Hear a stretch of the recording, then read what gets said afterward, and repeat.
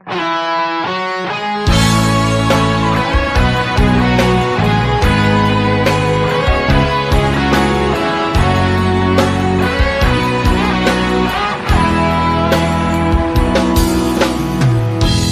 พังรักเธอคนเดียวทำให้ลำบากใจมากอยู่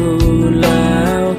ยังมีเขาเข้ามาแข่งเข้ามาแบ่งแย่งเธอจากฉันไปและเหมือนจะรู้ชะตาว่าไม่มีปัญญาสู้เขาได้และเหมือนต้องถอยทางไปและควรตัดใจก่อนจะต้องนอนร้องไห้มากกว่าที่เคย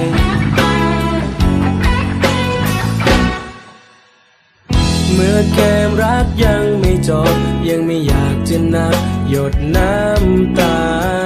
ก่อนนอนฉันภาวนาให้เขามาด้วยใจไม่จริงจัง